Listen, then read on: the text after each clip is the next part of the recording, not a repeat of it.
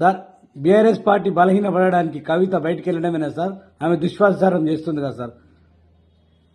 అంటే కవిత ప్రభావము పెద్దగా ఉండకపోవచ్చు, కానీ కొంత మేరకు ఆమె బయటికి వచ్చేసి పెద్ద మొత్తంలో ఇప్పుడు నిరంతరం మీటింగులు పెడుతూ తిరుగుతుంది. జిల్లాలలో కూడా తిరుగుతూ ఉంది. ఎక్కడ చూసినా బలంగా మీటింగులు పెడుతుంది. కాబట్టి మీటింగులు పెడుతూ బీఆర్ఎస్ను ఎండగడుతుంది. బీఆర్ఎస్ అంటే తండ్రి ఉన్నాడు, కనీసం కేటీఆర్ అంటే వ్యతిరేకిస్తుంది, హరీష్ రావును వ్యతిరేకిస్తుంది.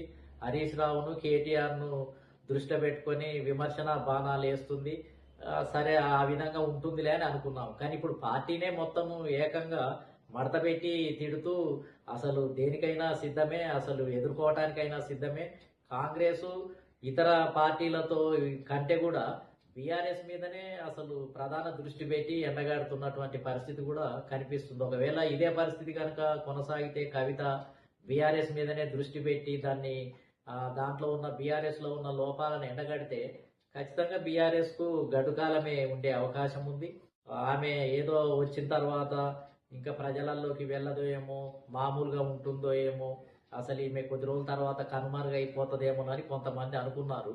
కానీ దానికి భిన్నంగా ఆమె పట్టుదలతోటే రాష్ట్రం అంతటా కూడా మీటింగులు పెడుతూ తిరగటము, నిలదొక్కుకోవటానికి ప్రయత్నం చేయటము, మిగతా వర్గాలతోటి ఎప్పటికప్పుడు చర్చలు జరపటము, ఇవన్నీ కూడా చేస్తూ ఉంది. మొత్తానికైతే కష్టపడి ఒక పార్టీ నాయకురాలిగా ఎస్టాబ్లిష్ కావటానికి ఎన్ని అవాంతరాలు వచ్చినా తట్టుకోవటానికి సిద్ధంగానే ఉన్నట్టుగా కనిపిస్తుంది.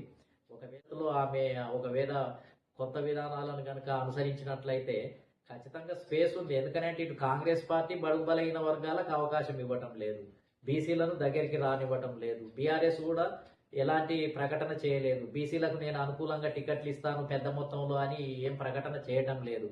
అట్లాంటప్పుడు ఈమెకు బీసీల యొక్క స్పేస్ ఎక్కువగా ఉంది. ఇప్పటికే బీసీల ఏజెండా తోటి చాలా కార్యక్రమాలు నిర్వహించింది.